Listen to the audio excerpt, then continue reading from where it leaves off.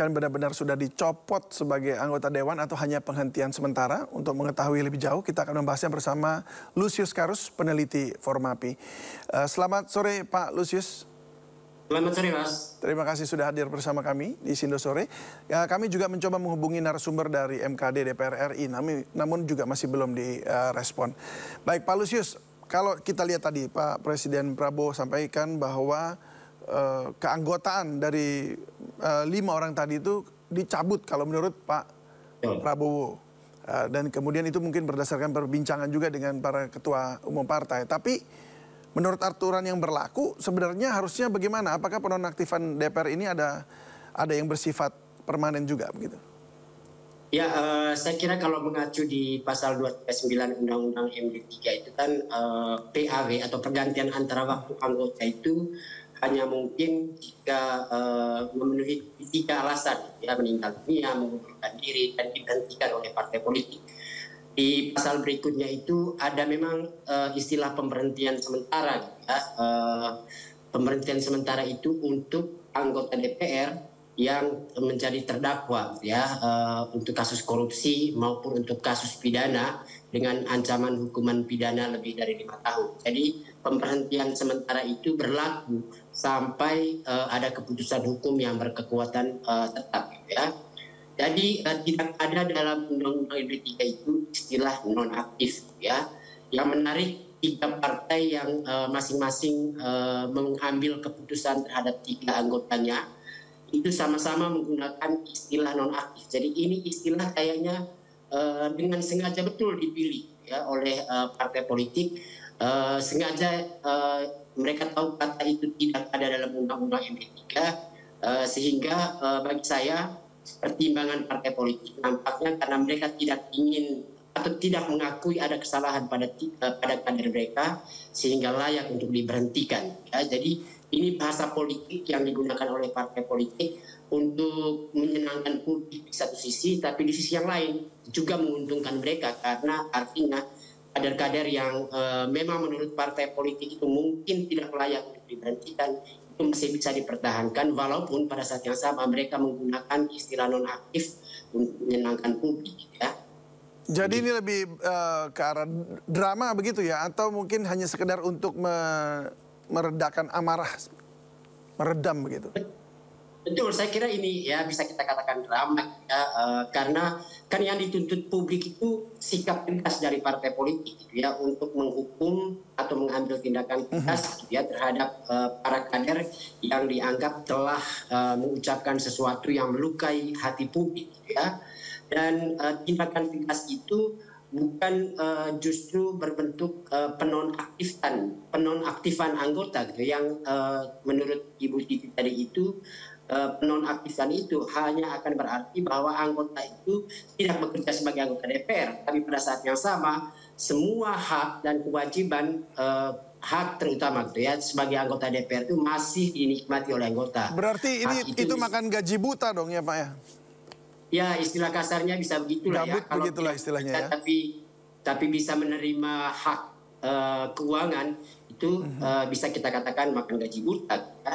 Itu bukannya nanti akan lebih menyakiti hati rakyat lagi begitu ya? Artinya walaupun tunjangannya nggak jadi tapi tetap aja begitu. Ya, itu nampaknya yang tidak dipertimbangkan oleh partai politik yang mengeluarkan keputusan menonaktifkan itu, ya. Berniat mau memberikan jawaban kepada publik terhadap kader-kader mereka, tapi pada saat yang sama keputusan yang mereka buat justru bisa akan memantik kemarahan lanjutan, ya, dari publik. Akan seberapa besar itu skalanya jika memang kemudian nanti akan backfire istilahnya begitu ya, akan memantik lebih besar lagi? Ya, ini kan yang publik tidak percaya kepada DPR kan justru keputusan mereka, upaya manipulasi yang mereka lakukan dalam berbagai proses pengambilan keputusan, gitu ya, tidak terus terangan mereka kepada publik atau transparansi, gitu. Dan saya kira ini nanti bisa dianggap sebagai gitu ya, upaya DPR untuk terus bertahan dengan apa yang selama ini mereka kerjakan, ya, ketertutupan proses membuat keputusan yang cenderung manipulatif dan lain sebagainya. Jadi Ya, kalau diakumulasikan ini bisa justru akan membuat kemarahan yang lebih besar sih saya kira itu. Ya, baik, mari kita simak dulu pernyataan Presiden Prabowo terkait penonaktifan sejumlah anggota DPR yang bermasalah. Dalam rangka menyikapi apa yang menjadi aspirasi murni dari masyarakat, saya menerima laporan dari para ketua umum partai politik bahwa mereka telah mengambil langkah tegas terhadap anggota DPR masing-masing terhitung sejak hari Senin 1 September 2025, yaitu terhadap anggota DPR masing-masing yang telah mungkin menyampaikan pernyataan-pernyataan yang keliru. Jadi bagaimana seharusnya ketua umum partai begitu menyikapi pernyataan dari presiden ini yang memang mengatakan bahwa dicopot dari keanggotaannya? Ya, saya kira presiden mungkin tidak terlalu paham juga dengan detail aturan di MD3 ya.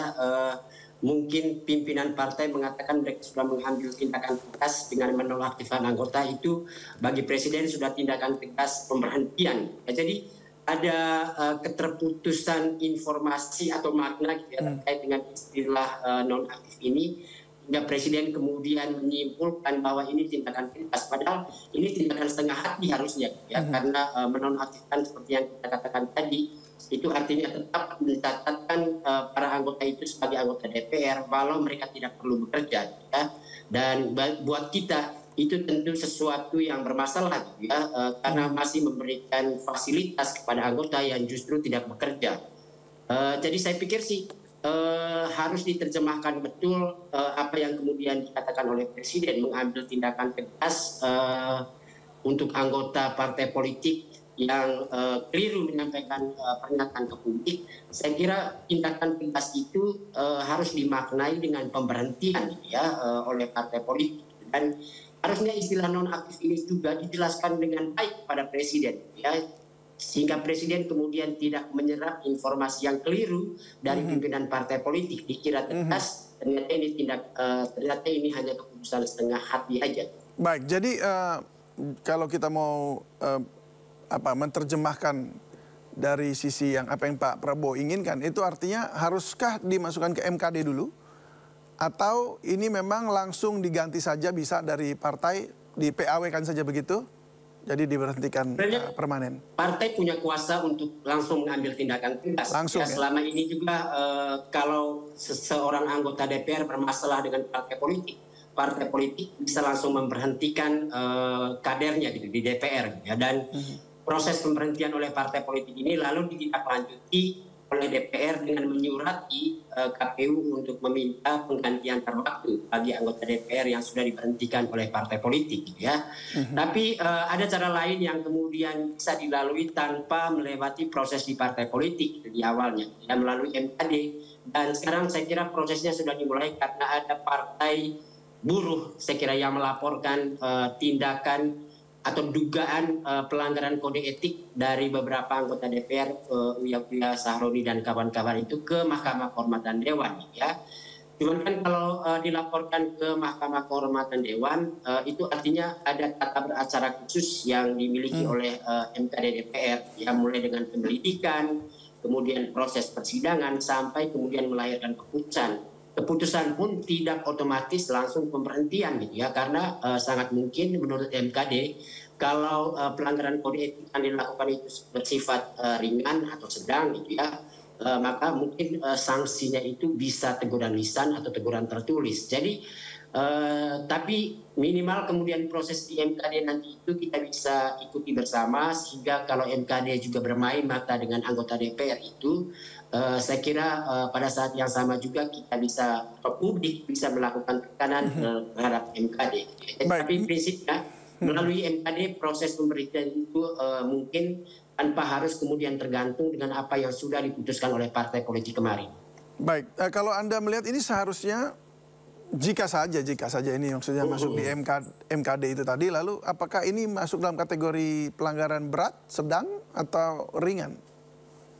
Saya kira sih MKD itu kan bertugas untuk menjaga wibawa dan kehormatan DPR. Jadi semua tindakan atau perkataan oleh anggota DPR yang diduga kemudian mencederai kehormatan dan wibawa DPR itu harusnya kemudian dianggap pelanggaran etik berat. Apalagi kita tahu betul respon publik terhadap dugaan pelanggaran kode etik yang dilakukan oleh beberapa anggota itu sangat luar biasa. Jadi hal itu juga saya kira patut dipertimbangkan oleh MKD karena publik ternyata merasa bahwa anggota-anggota itu mencederai wibawa dan kehormatan DPR dan karena itu saya kira layak untuk diberhentikan. Baik, ini Ketua Banggar DPR Said Abdullah menyepakati pencabutan kebijakan tunjangan untuk anggota DPR. Dan Said menyebut tunjangan yang dipastikan akan dicabut adalah tunjangan perumahan. Kita simak dulu pernyataannya. Yang pertama mari tata kelolanya dulu kalau soal tunjangan. Yang pertama saya sudah menyampaikan stop tunjangan perumahan. Karena ini bukan soal semata-mata. Yang pertama, bukan soal rasionalitas pembacaan kita terhadap anggaran dan permufakatan kesepakatan di antara fraksi-fraksi di DPR. Namun ada landasan setiap pengambilan keputusan. Ya, Pak Lusius, apa tanggapan Anda mengenai pernyataan tadi? Ya, saya kira masih belum jelas gitu ya. Dan keputusan untuk menghilangkan tunjangan itu memang bukan keputusan dari Banggar ya. Dan saya kira terkait tuntutan menghilangkan tunjangan perumahan ini harusnya jadi tanggung jawab DPR secara kelembagaan. Karena itu pimpinan DPR itu mengambil alih koordinasi untuk membicarakan tunjangan perumahan maupun tunjangan-tunjangan lain yang dituntut oleh publik.